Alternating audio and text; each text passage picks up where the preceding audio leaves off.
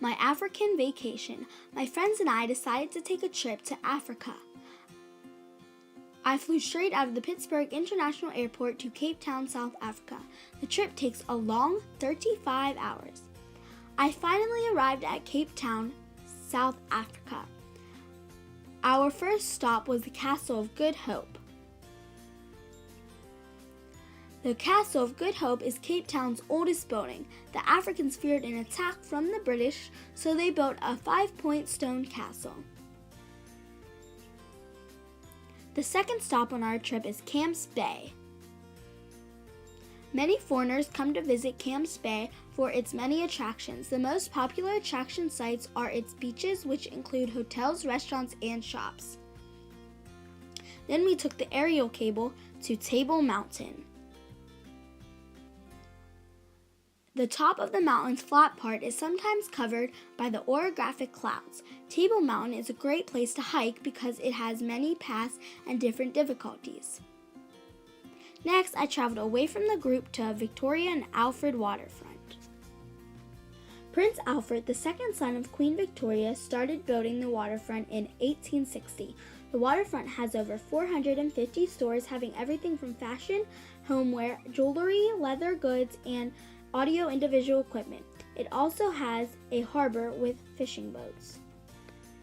Next on our trip is the Kalagandi Transfrontier Park. This national park in South Africa was established on July 31st, 1931.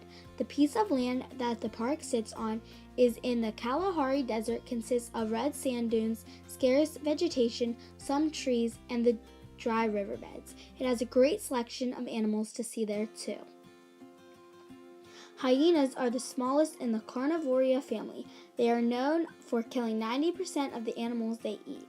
The Namibian cheetah is the most nominated cheetah subspecies in South Africa for several years. All cheetahs were considered genetically identical.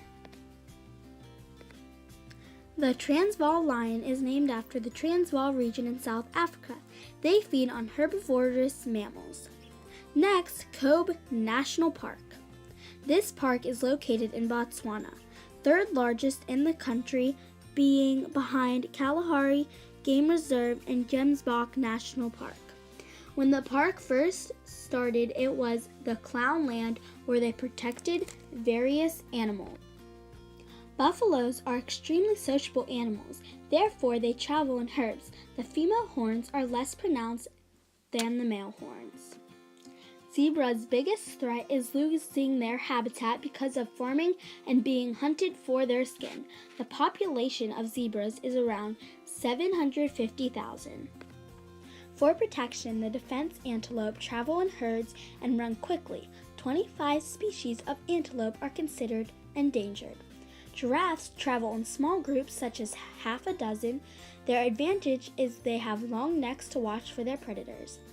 Hippos' eyes and nose are high up on their head, which allows them to breathe and see while submerged underwater. They live up to 40 years of age. Besides fish, the African fish eagles eat lizards, frogs, and carrion. After seeing the animals, we headed to Victoria Falls. Being the first European to see the waterfall, David Livingstone named it Victoria Falls after the Queen. The Zambezi River flows through the falls between the gorges. Then I went to see the Victoria Falls Bridge. The bridge was constructed in England by the Cleveland Bridge and Engineering Company. I enjoyed a nice Zambezi River cruise. It was very relaxing. Then we went to see the Kimball Forest National Park. The Kimball Forest National Park is an evergreen rainforest that has a variety of different landscapes. The forest is a forest reserve and has exotic species. Chimpanzees are very adaptable animals. They can live anywhere from a savanna to a swamp. They are omnivores that eat fruits, plants, and meats, although some are herbivores. The urban red colobus has no diet besides leaves. They travel in groups as small as 3 and as big as 85. The lowest toe monkey sleeps in a sitting position, and females dominate their groups. Then we went to Nairobi, Kenya. Kenya was ranked 6th on the Extreme Poverty Index, and 2/3 of Kenya's economy are very wealthy. Then we went to Mogadishu, Somalia. There is a lot of terrorist attack there, such as suicide bombings, kidnapping, and threats. The people suggest to not walk around or go sightseeing because of the dangers that come with it. Since it is located right near the equator, it is in the 90s to 100 degrees all year round. Then we went to Baraka Market. The market was founded in 1972. People sold and still sell daily essentials. This market is one of the largest in the nation. Next was the Mogadishu Cathedral. The Mogadishu Cathedral was constructed in 1928 by the Italians in previous Italian Somaliland. Since 2013, there has been plans to rebuild the cathedral. Then I went to Timbuktu, Mali. Timbuktu is a poor country by the third world standards. The population grows 5.7% per year. Then we went to see the Dingabur Mosque. The building was built in 1327. It is a famous learning center.